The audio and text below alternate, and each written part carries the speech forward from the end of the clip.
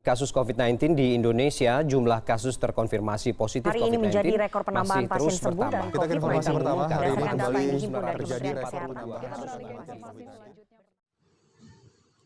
Assalamualaikum warahmatullahi wabarakatuh. Perkenalkan, nama saya Orlanda Chan Mahadewi dari Fakultas Sains dan Teknologi, jurusan Biologi. Di sini saya akan menyampaikan pentingnya protokol kesehatan 5M dan juga pentingnya vaksinisasi. Nah, sebelum kita menuju pembahasan mengenai prokes 5M dan pentingnya vaksinasi, teman-teman harus terlebih dahulu nih, apa sih itu virus COVID-19? Nah, jadi virus COVID-19 adalah penyakit menular yang disebabkan oleh virus SARS-CoV-2.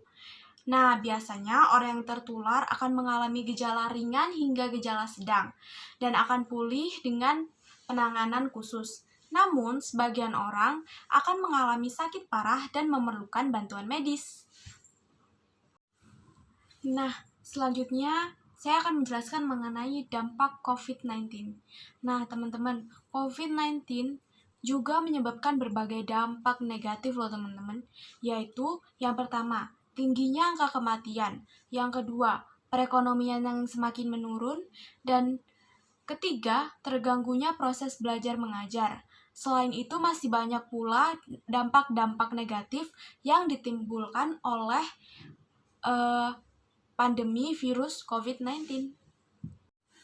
Nah, maka dari itu, apa sih yang harus kita lakukan agar dapat mencegah penyebaran virus COVID-19? Nah, berikut akan saya jelaskan cara pencegahan COVID-19. Teman-teman, salah satu cara untuk mencegah penyebaran virus COVID-19 adalah dengan cara menerapkan protokol kesehatan 5M. Apa aja sih protokol kesehatan 5M itu? Nah, yang pertama adalah mencuci tangan. Rajin mencuci tangan merupakan salah satu cara yang cukup efektif untuk mencegah penularan virus COVID-19. Sangat disarankan untuk mencuci tangan paling tidak 20 detik. Berikut adalah video mencuci tangan yang benar. Disimak ya. 6 langkah cuci tangan. Basahi kedua tangan terlebih dahulu dan gunakan sabun secukupnya. Ratakan sabun dengan menggosok kedua telapak tangan. Gosok kedua punggung tangan secara bergantian. Gosok sela-sela jari tangan. Gosok bagian dalam jari dengan posisi jari tangan saling mengunci. Gosok dan putar ibu jari bergantian. Gosok memutar ujung jari tangan secara bergantian. Bilas dengan air mengalir. Keringkan dengan tisu atau handuk. Kemudian, matikan keran dengan tisu atau handuk yang sudah digunakan. Nah, yang kedua adalah memakai masker.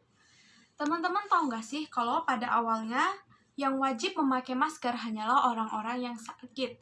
Namun, karena COVID-19 yang sangat mudah menyebar, akhirnya semua orang diwajibkan memakai masker agar dapat mencegah penularan COVID-19. Nah, teman-teman, berikut merupakan cara efektif penggunaan masker. Nah, yang pertama yaitu menggunakan masker double. Nah, penggunaan masker double secara tepat bisa efektif mengurangi penularan virus corona antara 75-95% loh teman-teman. Cara penggunaan masker double untuk mencegah COVID-19 ini, lapisan pertamanya menggunakan masker medis, lalu ditambah masker kain di lapisan paling atas. Nah, seperti halnya menggunakan masker apapun, penggunaan masker ini harus benar, yakni menutup hidung, mulut, sampai dagu dengan sempurna. Nah, yang kedua yaitu dengan menggunakan tambahan filter. Tingkat penyaringan masker kain biasa juga dapat ditingkatkan dengan penambahan filter ekstra. Cara penggunaannya, pilih masker kain 2 atau 3 lapis yang memiliki celah di bagian tengahnya. Yang ketiga, pastikan masker tidak longgar. Untuk memaksimalkan efektivitas masker dalam pencegahan COVID-19, pastikan masker yang digunakan menutup mulut, lubang hidung, dan dagu dengan pas. Selain itu, pastikan batang hidung bagian atas tidak ada celah karena bisa mengurangi efektivitas masker. Nah, selanjutnya adalah menjaga jarak. Hal yang kita bisa lakukan untuk mencegah COVID-19 adalah menjaga jarak. Menjaga jarak minimal 1 meter dengan orang lain untuk menghindari terkena droplets. Nah, dari orang yang bicara, batuk, bersin, serta menghindari kerumunan, keramaian, dan berdesakan. Nah, selanjutnya yaitu menjauhi kerumunan. Saat ini masyarakat diimbau untuk menjauhi kerumunan saat berada di luar rumah. Karena semakin sering kita bertemu orang, maka akan semakin besar kemungkinan kita terinfeksi virus COVID-19. Jadi teman-teman dihimbau untuk menjauhi kerumunan ya, demi menjaga keselamatan diri sendiri dan orang di sekitar kita. Nah, yang selanjutnya adalah mengurangi mobilitas. Saat ini, virus penyebab COVID-19 bisa berada di mana saja. Semakin banyak kita menghabiskan waktu di luar rumah, maka semakin tinggi pula potensi terpapar virus COVID-19. Oleh karena itu, kita harus mengurangi mobilitas, tidak keluar atau bepergian jika memang tidak mendesak.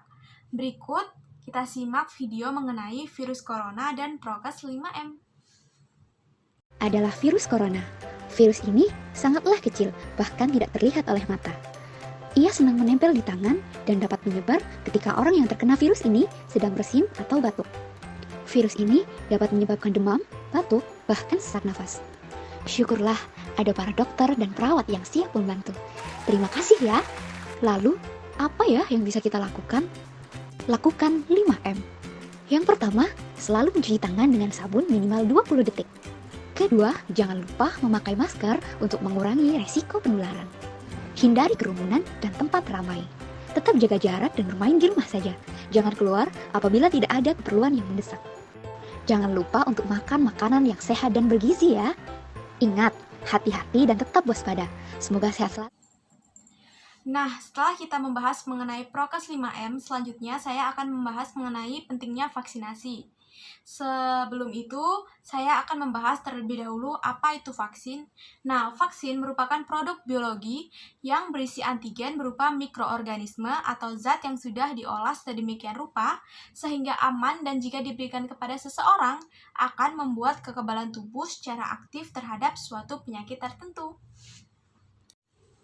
Nah, setelah kita mengetahui apa sih itu vaksin, sekarang saya akan membahas mengenai tujuan vaksinasi. Nah, jadi vaksinasi bertujuan untuk memberikan kekebalan spesifik terhadap suatu penyakit tertentu, sehingga jika kita terpapar penyakit tersebut, maka hanya akan mengalami gejala ringan. Nah, berikutnya saya akan membahas pentingnya vaksinasi COVID-19.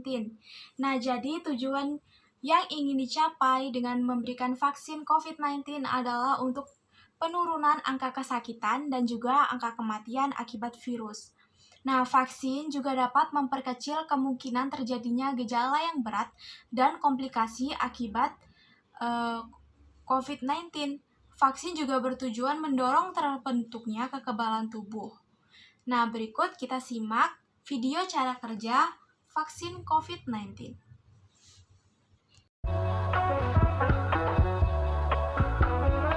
Ahli kedokteran dari Universitas Andalas Padang, Dr. Andani Eka Putra menjelaskan mekanisme kerja vaksin COVID-19. Vaksin itu bukan untuk membentuk antibodi, karena antibodi hanya bertahan 4-6 bulan. Konsep vaksin adalah membentuk sel memori.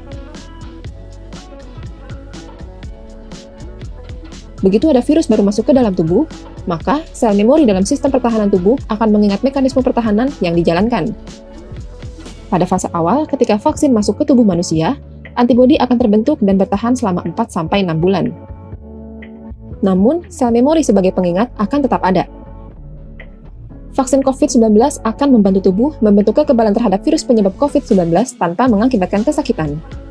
Dalam beberapa pekan, vaksin tersebut membuat tubuh memiliki suplai sel memori berupa sel limfosit T dan sel limfosit B. Sel limfosit T dan sel limfosit B yang akan mengingat cara untuk melawan virus tersebut.